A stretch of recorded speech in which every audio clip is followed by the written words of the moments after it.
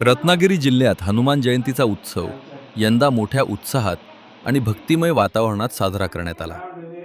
पहाटेपासूनच भाविकांनी मंदिरांकडे धाव घेतली असून विविध ठिकाणी हनुमान जन्मोत्सवानिमित्त विशेष धार्मिक कार्यक्रमांचे आयोजन करण्यात आले होते. रत्नागिरीतील दक्षिणमुखी हनुमान मंदिर तसेच पेठ किल्ला हनुमान मंदिर येथे पहाटेपासूनच मूर्तीला अभिषेक, पूजा आणि आरती करण्यात आली.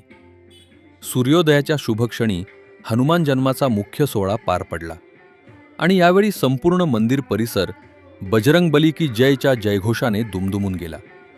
दर्शनासाठी भाविकांच्या लांबच लांब रांगा लागल्या होत्या, तर अनेकांनी नवस फेडण्यासाठी विशेष पूजा अर्चा केल्या.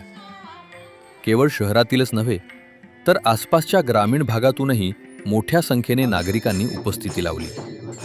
त्यामुळे रत्नागिरी जिल्ह्यात सर्वत्र भक्ती, उत्साह आणि आनंदाचे वातावरण पाहायला मिळाले.